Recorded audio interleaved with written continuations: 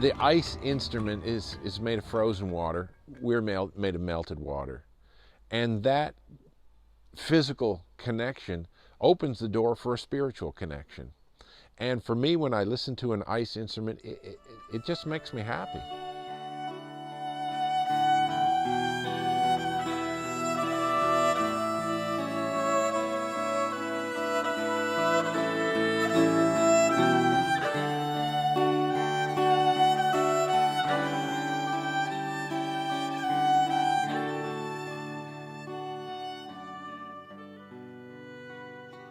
Fluctuation.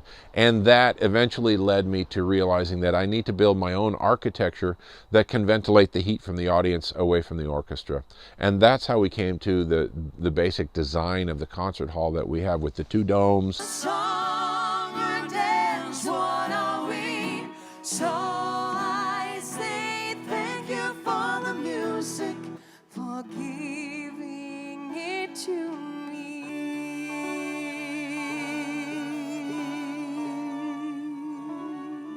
The definition for me of magic is unbelievable but happening.